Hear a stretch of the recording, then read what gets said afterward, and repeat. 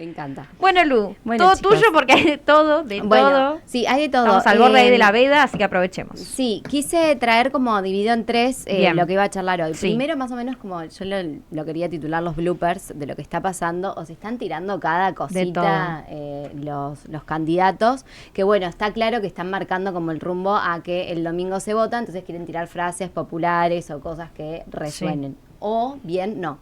Voy a empezar por un lado lo que estuvo pasando más a Bullrich, no sé si escucharon un poco, que bueno, el equipo legal de Bullrich lo denunció al equipo de Massa porque están publicando mal los precios, lo que sale tomarse el tren en Buenos Aires. Sí. Es decir, están publicando en, digamos, la vía pública, lo que pertenece al Estado, precios que no corresponden o serían los precios sin subsidios. Es algo polémico porque sacaron este spot como de campaña, sería el titular de campaña de, bueno, si vos querés renunciás a los subsidios y pagás un poco más el transporte público. Lo que vi en estos afiches es, claro, por ejemplo, te ponen gobierno con Massa, el tren, el bondi te sale tanto. Creo que algo de 59. 53, ahí está, 50 y pico de pesos. Sí. Y bueno, decía gestión Bullrich, gestión Milei, 1.100 pesos, claro. ¿No? Sin subsidio, una cosa así. No, bueno, y entonces como medio una chicana que va y viene, la verdad que es todo, digamos, publicidad bastante barata, tratando de engañar a la gente, un marketing político medio superficial. Digo, hoy ya a este momento la gente ya no es tan engañable. Entonces, bueno, por otro lado, después de ese bloopercito lo llamo porque la verdad para salir a denunciar también es para llamar la atención, digo, se pueden hacer otras cosas, otro tipo de declaraciones, bueno.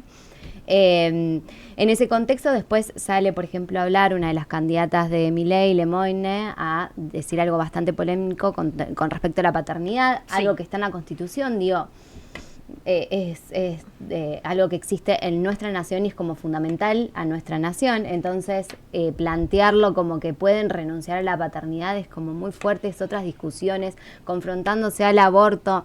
Digo, también es generar titulares y en realidad de fondo no hay cuestiones de fondo que nadie esté solucionando ni planteando, entonces son como bloopercitos que van tirando. Dentro de esos bloopers también está bueno los cierres de campaña que hubo. En estos cierres de campaña, por un lado, comenzaron Massa con Santoro. Santoro es el candidato del kirchnerismo en Buenos Aires. Santoro es casi un buen competidor para Jorge Macri, que es la otra fórmula, y Marra, que es la fórmula de la Libertad Avanza, que estaría un poquito más abajo. Ahí ya no se da lo de los tercios como en Nación, no se trasladaría. Sería como la competencia a Jorge Macri, que está expectante a entrar en un balotaje en la ciudad de Buenos Aires.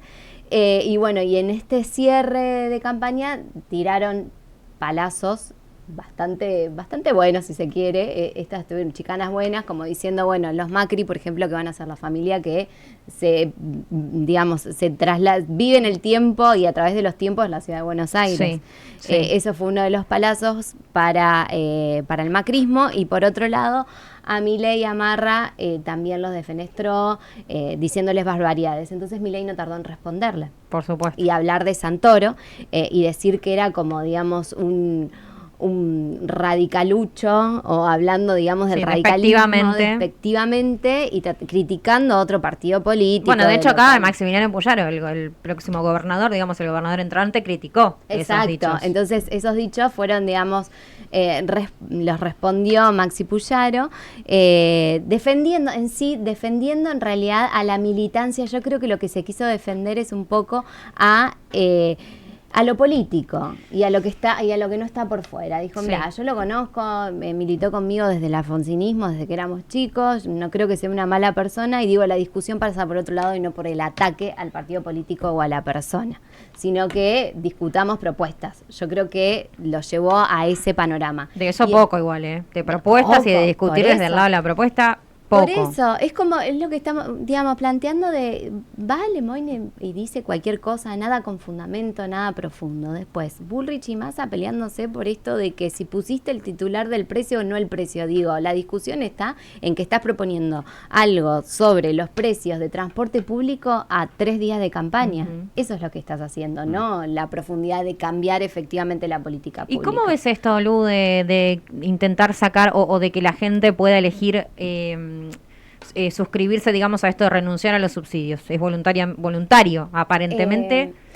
No, ¿Cómo lo lees? Yo la verdad lo veo más como un eslogan, no lo veo como algo que resuelva la realidad o no, efectivamente, de que si vos renunciás, ¿cuántas personas van a renunciar? Y de hecho hoy justamente decía el ministro de Transporte, creo que mencionaba que sí, que prácticamente era nulo, porque aparte quién se va a claro. Además no es operativo, porque ponerle que quiera renunciar, primero es muy raro. Pero ponerle que quieras renunciar al subsidio, tenés que hacer un trámite, o sea, no es que...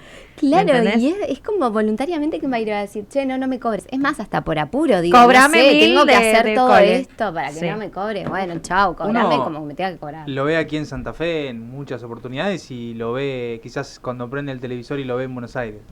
Los colectivos, los subtes, los trenes a veces no andan. Claro. Entonces vos vas a pagar 10 veces más para que no te sigan dando tampoco. Sí, igual te digo... Es difícil renunciar a sí. por lo menos la comodidad de decir, bueno, pago... Tengo entendido igual que no rige, por ejemplo, para el resto de las provincias, porque es de jurisdicción nacional, o sea que solamente tiene que ver con trenes y transporte público allá en Buenos Aires, porque acá también hay una cuestión de los subsidios provinciales. Entonces, viste que el tema del transporte siempre es un... Sí, por eso es tan problemático. Exactamente, por eso es tan problemático también. Pero de todas maneras, si ponerle que se extendiera a todo el país realmente... Sí. Hay un problema está difícil. Grave Sí, porque además el transporte tal como lo conocemos me parece que es para que siga funcionando de esta manera, digo, no es que por pagar más va a funcionar mejor. No, por eso. O por lo menos en este sistema claro. no está pasando eso. No, y creo que, digamos, también se queda en lo superficial porque digo, bueno, por ejemplo, que renuncian los que podrían pagar completo el tren, que son muy pocos, porque yo creo que los que se toman tren después yo creo que si podés pagar un boleto de 1.100 pesos, seguramente no vas en tren. Claro. Esa sensación me da. Exacto. Entonces digo, por ejemplo, que eso sí funcione, digamos, mejoraría la cuestión de subsidios, lo que subsidia el Estado continuamente en otros aspectos. Digo, el transporte, ¿cuánto representa? Eso no se dice, digamos, ¿cuánto representa el gasto del Estado? No sabemos, o sea, es como una propuesta muy tirada al azar y muy marketinera, por eso digo, es más eslogan que en realidad una propuesta en sí. Digo, también una perlita copada es la que tiró Kicillof, que dijo, no voté se le escapó ni a Massa ni a Milei. Dijo, no. Perdón, ¿cómo era? Ni a Bullrich. Se le escapó.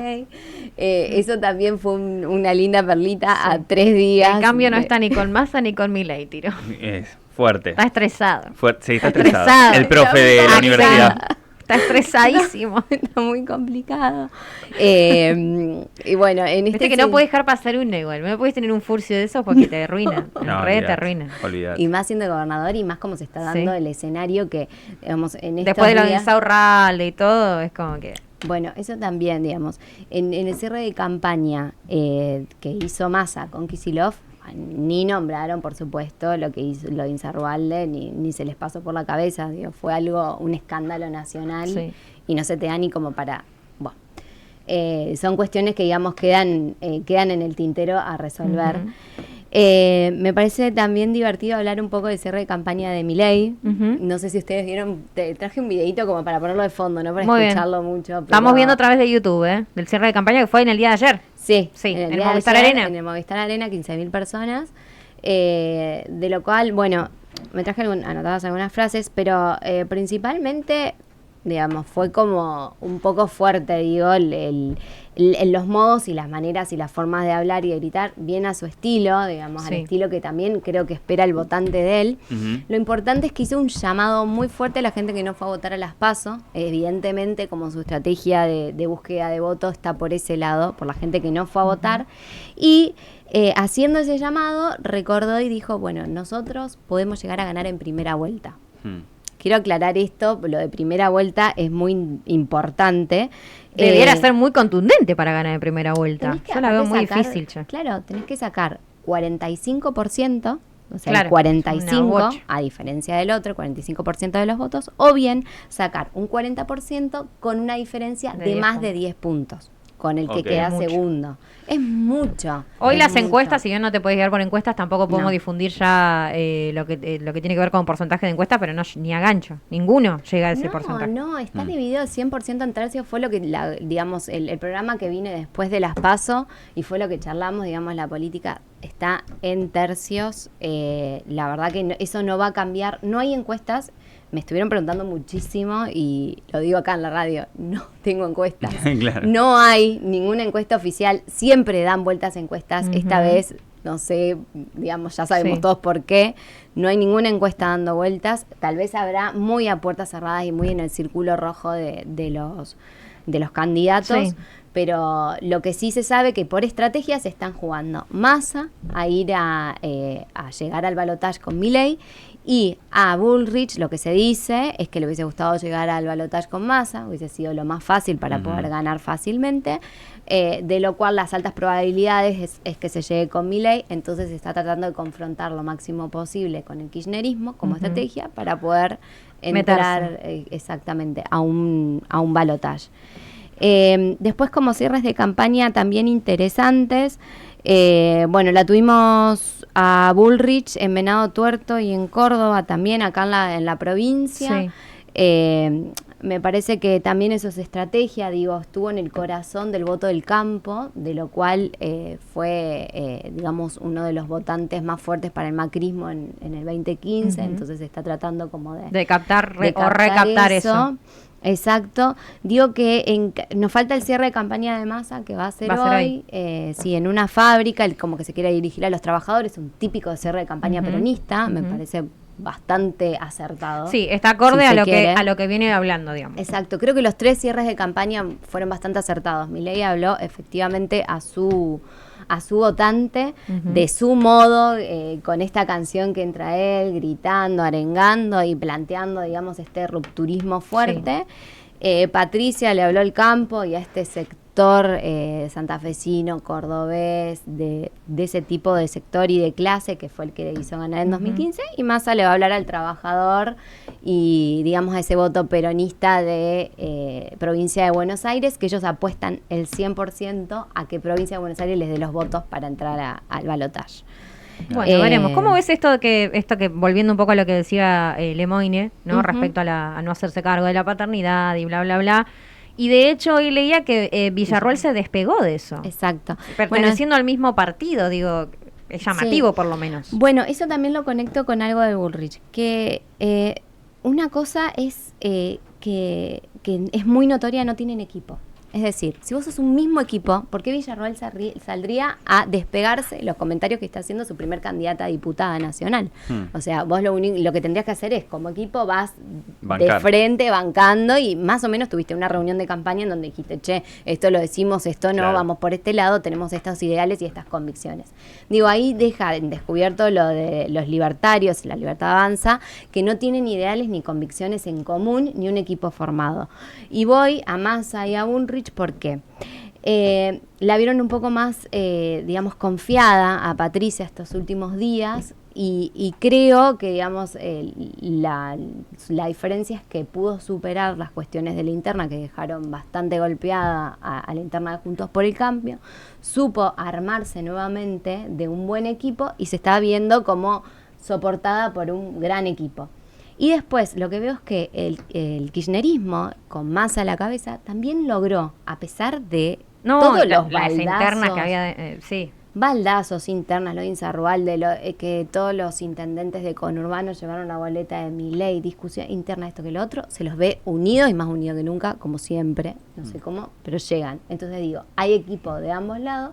Vemos que los libertarios son el que ves más flojo, digamos, de equipo es a la Libertad Avanza. Sí, yo los veo como muy solitarios. Claro. Villarroel también se despegó en algunos comentarios que tuvo Milei en un principio sobre la economía y sobre la seguridad y sobre las armas. Entonces no te queda claro si... Charlen, chicos, de lo que van a decir cada uno. Claro, es como trabajar en un grupo de la primaria, ¿viste? Bueno, a ver qué dice cada uno. Vos haces esta parte del trabajo, yo hago esta, yo Organícense. hago esta. Un híbrido, Frankenstein. Qué bárbaro. Llegan al curso y cada uno dice lo que se le canta. Y estudien lo del otro. Por ahí te dice la profe, estudia lo del otro porque te puedo preguntar. Eso es lo que no hizo el equipo de Milei. Y Lu, te quería preguntar ¿qué análisis haces de esto de que Bullrich finalmente anunció a Larreta como su jefe de gabinete? Que era un poco, era un rumor de hace un tiempo. Claro, yo creo que esto la hizo ganar confianza, le hizo ganar confianza del equipo. Eso para mí muestra unidad también. Sí, y evidentemente, y sabes, otra cosa que también pongo a consideración, no solo que lo sumó Larreta como jefe de gabinete de ministros, sino también que sumó a muchos radicales a las filas, claro, ¿no? A Morales, que tal vez está sonando como ministro del Interior, y también muy interesante, que esto no lo nombramos cuando hablamos de Puyaro, cuando vino ahora a cerrar Patricia Bullrich, Puyaro la rodeó de ganadores del radicalismo dentro de la provincia.